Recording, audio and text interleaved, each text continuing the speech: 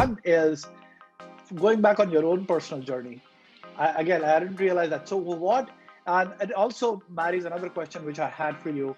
When we first connected, uh, Donna and I talked about this. You have the most sort of appetite for technology, learning, and being on top of what's new and so on. And in your stock kind of talked about that as well. But talk to us about, like, from the CSR to head of customer support at OpenTable, what about you think when you look back enabled that journey? Because a lot of people start as CSR. Yeah.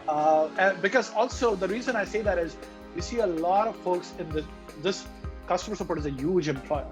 Mm-hmm. 4.5 million people in the United States work on it, right? Yep. And how do they become a Matthew? How do they become when they are doing calls in Ohio or Florida or Utah?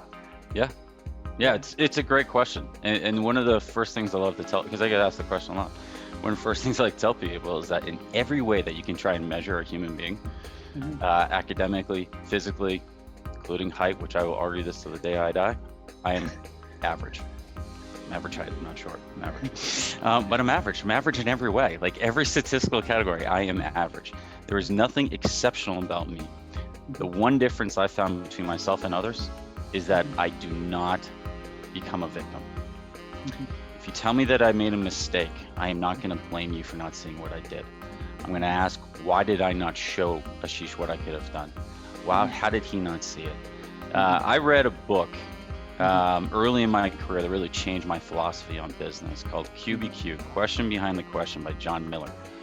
And what that book does is it talks about is instead of asking, why didn't they give me this training? Why didn't they give me this tool? Why didn't they give me this headcount? Why didn't they give me this budget? Those are all questions that ultimately lead to nothing but frustration. Instead, what can I do now? What can I do to instill action and results? What can I do to show them the value that I can get if you give me that headcount? What can I show the return of that training? What can I do to overcome that gap of the headcount? What can I do to stretch my dollar even farther so that I can at least achieve what I want despite not getting the budget, right?